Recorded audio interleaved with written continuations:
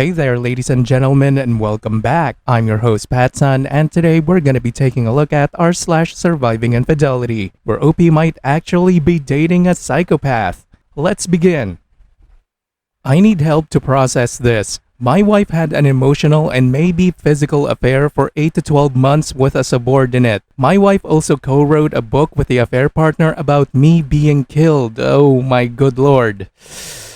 And now my wife is in the hospital and pregnant. The affair partner has been dumped by his girlfriend of 7 years after I found her online and told her. My goodness me. Ladies and gentlemen, this is just the title, and it's already a shit show. And this one is posted by Reddit user Magic Hour Marvel.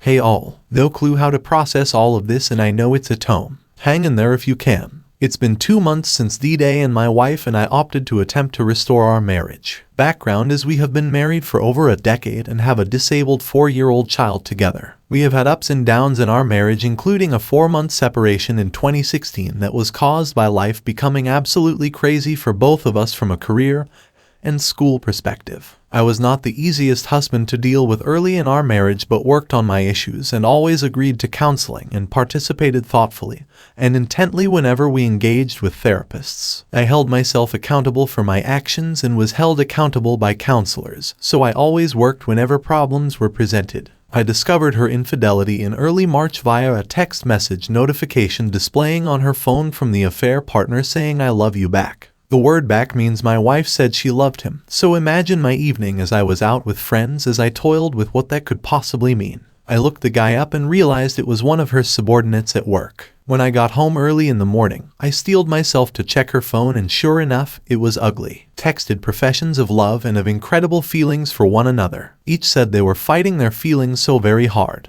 Let's rewind to February of 2022. My wife came up to me during the beginning of my work from home day and said she had something important to talk to me about. I said okay, and then she just blurted out that she was considering a divorce. This was a shock to me, but I listened over the course of the next 2 hours as I was supposed to be working from home, go into a lengthy list of 5 non-negotiables and 15 other very important points to her that I needed to work on. This was a tough pill to swallow, but I tried to do so gracefully while also being blindsided by the divorce talk. After that meeting, I spent the next year or so hammering out that list like it was the most important thing in my life, which it was. So imagine my surprise in early March of 2023 when I discovered the text from the soon-to-be-discovered affair partner. What I have found since is that my wife had already given up on the marriage by the time she gave me her list. She didn't say so, but after talking with her now, that is absolutely the case, and she did not tell me. So I received a list and she never followed up on it and only complained to me that I did not complete one of the 20 items on the list. This all makes sense after discovering the affair, which she began that very same month she started talking about wanting a divorce. She began telling all of her work buddies, bosses, affiliates, subordinates,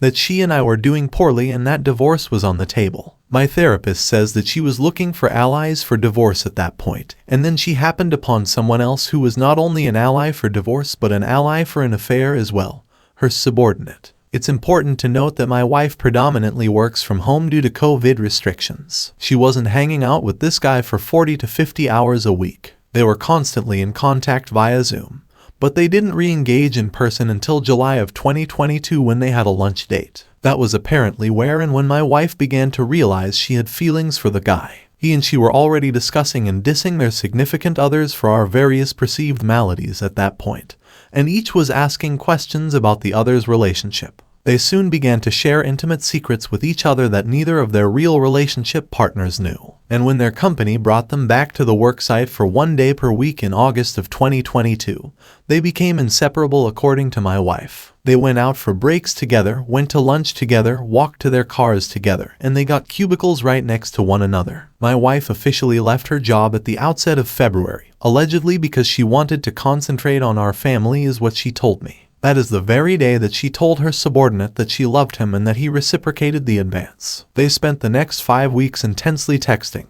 calling one another, emailing, and even going on at least one date. I am not sure if I caught it before it became physical, but it is possible I did. I have text and email evidence to suggest it did not necessarily become physical, but some of the details are so crazy that I still cannot believe it didn't. He was apparently looking for new apartments and was ready to leave his girlfriend of 7 years, according to my wife. Who does that unless you've sealed the deal with a woman? On D-Day, I confronted my wife early in the morning after amassing enough evidence and memorializing it by taking photos and emailing myself from her phone. She began to lie about it at first until I told her I had documented her correspondence, and then she started blaming me. Fun times, but I actually took it in stride, noted her difficulties, and simply kept going. She said that she couldn't go no contact with the guy because they were working on a creative project together, a book. I somehow managed the wherewithal to ask her if she could simply go no contact until we could meet with our marital therapist and let him make the assessment of contact permissions,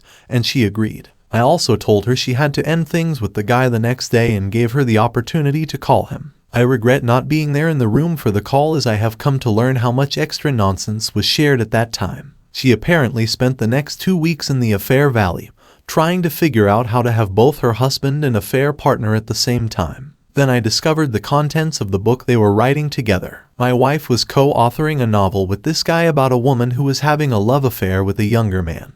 The affair partner was 28, and my wife is 43, and meanwhile her husband in the novel was murdered. There is even email proof where she states the husband is based on me exclusively, so I am sure this was a way for her to work out her twisted affair fantasies and have me removed from the situation via murder. This is the point where I flipped my shit. I began researching the guy and found his girlfriend. I reached out to her via an app and she responded and thanked me for letting her know. She noted she did not know about any of this and wanted to know more. I consulted my therapist while also telling my wife what I was doing, another big mistake. But it's hard to straddle that line when you believe you can share things with your wife, and you really cannot because she is a cheating, lying, vow-breaking, betraying shell of a human being. The woman turned out to be an incredibly nice individual, and was heartbroken about her partner's infidelity. My wife was furious I had found her and reached out. My wife, who had apparently already gone behind my back numerous times since D-Day,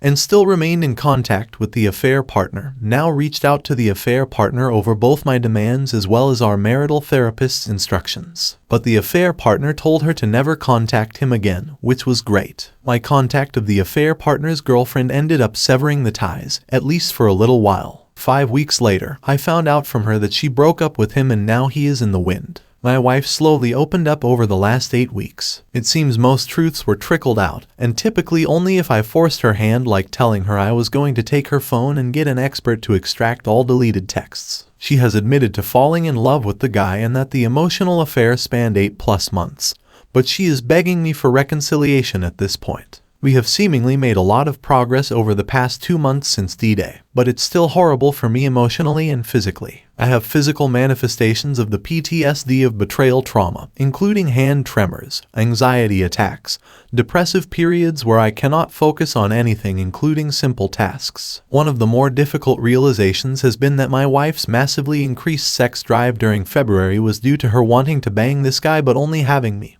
her husband, as a consolation prize while she waited for him to make a move. My wife swears up and down that it was not physical, even though she has lied about nearly everything until I have found actual proof to dispute her. And that brings us to her current hospital stay. My wife has had a history of bowel obstructions, 2 of which caused hospitalization. It was always reconciled naturally within 2 to 3 days of hospital admission, but nonetheless it's still a big deal. Well, on Tuesday of last week, she began having acute symptoms of another obstruction episode and I took her to the hospital. Upon performing entry-level blood work, they found out she was pregnant. We have never been able to get pregnant together despite a lengthy history of attempts. Our son was the result of fertility treatment, but we have never naturally conceived to our knowledge. So in the midst of this horrible situation of my wife having a bowel obstruction, we now find out she is pregnant, which precludes a number of treatment options for her condition. She eventually had to have surgery and to have a part of her small intestine resected.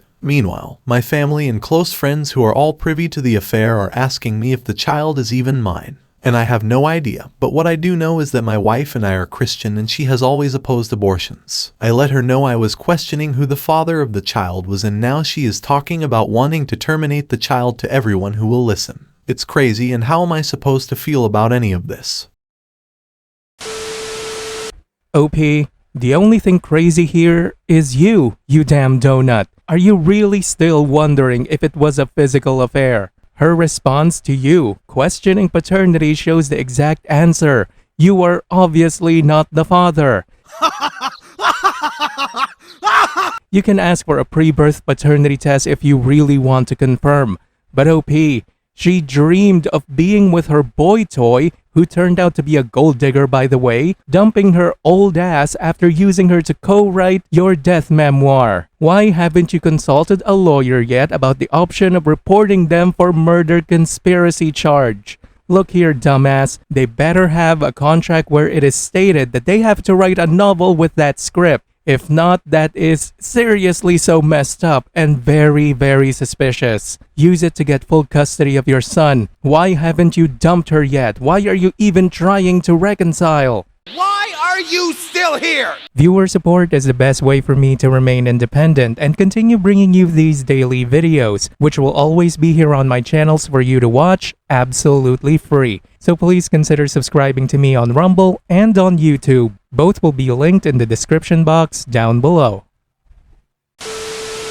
Thanks for listening, everyone. If you even somewhat enjoyed today's story, make sure to give this video a thumbs up, and if you really like it, consider subscribing to PattSun to never miss a future upload. Stay strong.